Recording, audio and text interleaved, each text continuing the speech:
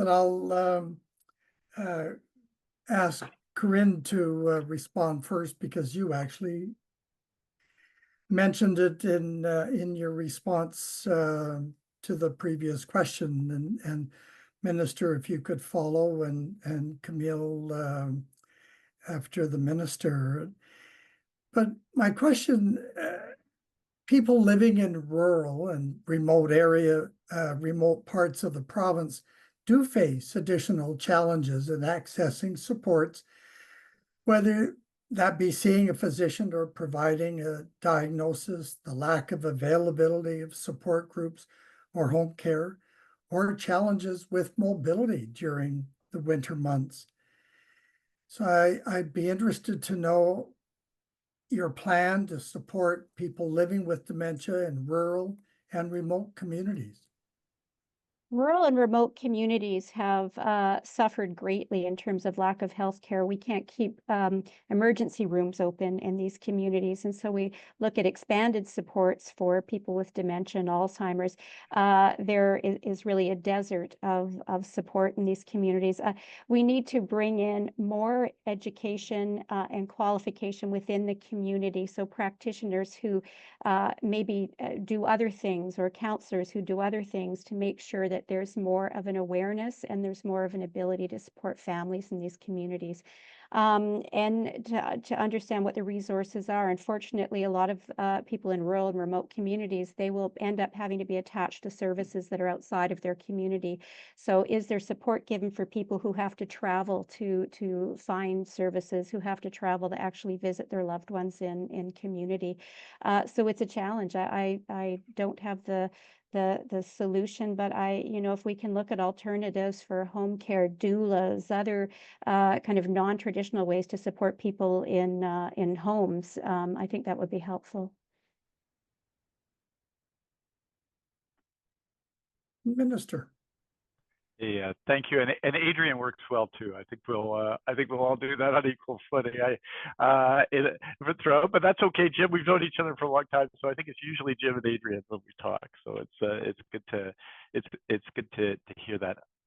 For starters, in terms of long-term care, because we talked about that in particular, we need to build long-term care in some cases smaller models, and that typically will involve the health authority owned and operated models, not always. We need to build out long-term care there. And that's why the projects in Kitimat and Fort St. James and other smaller communities around BC are so important. It can't just be big long-term care homes in the large centers. We've got to distribute out that care. The major project we're doing right now with Providence Living, a major nonprofit in BC, in Smithers is an example of that, where the community can come together and communities surrounding Smithers can come together to get better care. Secondly, the investments in home care and home support. And yes, there are recruitment challenges, but that is why you actually have to have a plan to recruit more workers. And the HCAP program in home care and home support. And I met with a number of workers who work in the Kootenays and the interior last week, and talking about their experience. Longer distance between homes and so on is so important, and why the success of that program in home support is so important. You've got to actually recruit near where people are. And the HCAP program, because it requires fewer years away for education, has been successful in doing that. Thirdly, we need to have training programs near where people are. The new nursing program in Fort St. John is an example of that, because typically what happens when you train near home, people stay near home to work, and that's important in terms of delivering services in rural area. But I think the model that the Alzheimer Society has advanced for many years, put in place for many years, First Link, gives people access everywhere and keeps people access to supports everywhere. So we need to improve health services in rural BC, and we've seen that. We saw, for example, in the pandemic, priority given to small and rural communities in terms of access to services during the pandemic. We need to continue to make that effort. And in addition, we have to support efforts that may provide virtual care and virtual supports to families for specialist care that we need to provide everywhere in the province. Take advantage of that, and that's precisely what's been happening in recent times. It is a major challenge. And I'd just say finally, and Karen, thank you for raising it, is we need to work with Indigenous communities to have healthcare centers, essentially community health care centers, led by Indigenous aid agencies, communities that support people in communities. And those are being funded, and that's a partnership with the First Nations Health Authority. I'm so proud, for example, the work of the Stahelis Nation in my own constituency of Luma Housing that provides Indigenous services, particularly to Indigenous services seniors in community. This for people with diagnoses of dementia, which will become significant in Indigenous communities and in all communities in the next number of years, is so important. So specific actions on home support, specific actions in supporting community organizations, building long-term care around the community, and then virtual measures and supports, which FirstLink sometimes is in communities, are important. Finally, we have the Better at Home program, where we use nonprofit providers to support people doing basic tasks, which is not, because it's not just about healthcare. It's about providing basic health tasks in communities. More than 100 communities are funded through those programs, and that really reflects the work of the United Way and volunteer agencies across the province that are supported in that action. And that support, as you know, almost tripled during the pandemic and has been maintained since then.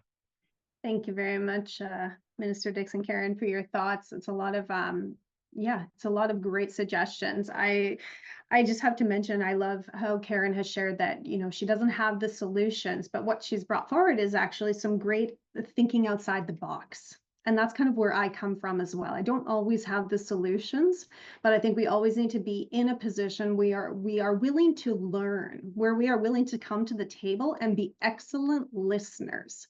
And I think that folds nicely into the point that both of you have brought up about how cultural safety and also respecting cultural beliefs is so important, in particular to these rural and remote communities, because we know that when anxiety and stress is raised in patients with Alzheimer's and dementia, everything is more challenging and difficult for them. So if we can create environments where we are helping to make them feel at home, make them feel respected, make them feel like they are within their cultural surroundings, I think only wonderful, great things can come from that. So that definitely needs to be a priority for these communities.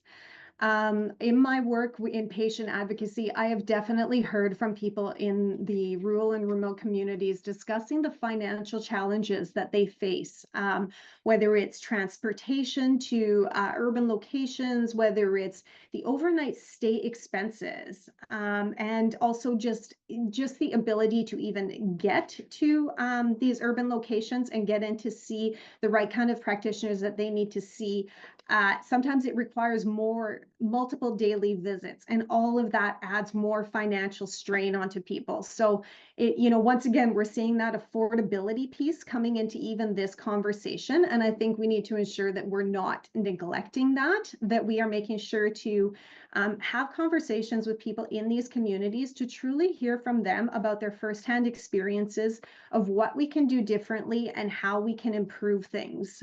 Your website, I think it was, or perhaps as a Seniors Advocate report, even went into some details about the TAP program. You know, we felt that when the TAP program was developed, and even most recently this year, when the TAP program no longer required having to pay reservation fees on ferries, oh, that must help so many people. But it's one of these programs that's not affecting and reaching so many people in rural and remote communities because the ferry isn't their biggest challenge, right? So we need to make sure that we have the appropriate programs in place for this. And lastly, I would just share that, the BC Greens, we are very much in alignment with what Minister Dix and what Karen have shared, which is that we want to see enacting the recommendations from the Seniors Advocate report on rural seniors and taking some real swift moves to include seniors' homes, community care strategies, and your long-term care and assisted living plan, because we feel like that will really help address